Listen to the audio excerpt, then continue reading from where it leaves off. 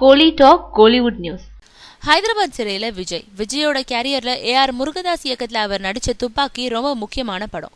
ஒரு ராணுவ வீரரோட விடுமுறைக்காக சொந்த ஊருக்கு வந்த இடத்துல வெடிகுண்டு வச்சு நாட்டை சீர்குலைக்கும் தீவிரவாதிகளை அழிக்கும் கதாபாத்திரம். அது விஜய்க்கு அற்புதமாகவும் பொருந்தி இருந்ததோடு படமும் மெகா ஹிட்டா அமைஞ்சது.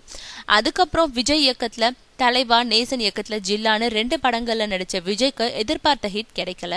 அதனால இப்போ தீரன் படம் மூலம் மறுபடியும் ஏஆர் முருகதாஸோட இணைஞ்சிருக்கிறதுனால அதிக உற்சாகத்தோட இருக்காரு. துப்பாக்கிய மிஞ்சும் ஹேட்ரிக் ஹிட் கொடுத்துடணும்னு முழு வீச்ல இறங்கி இருக்காரு.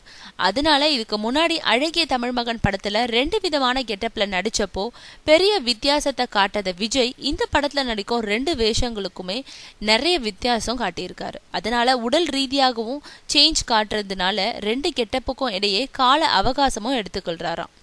மேலும் இப்போ 2ஆம் கட்ட படப்பிடிப்பை தொடங்கி இருக்கும் முருகதாஸ் வில்லன் அட்டாக்னால சிறைக்குள்ள விஜய் தள்ளப்படும் காட்சிகளை இப்போ ஹைதராபாத்ல படமாக்கிட்டு இருக்காங்க. இதை மிகப்பெரிய செட் அமைச்சு படமாக்கிட்டு இருக்காங்களாம். இதுல சிறைச்சாலைக்குள்ள ஊடுருவும் வில்லனோட அடியாட்கள் கிட்ட விஜய் மோதும் ஒரு அதிரடி சண்டை காட்சியும் படமாகுதான்.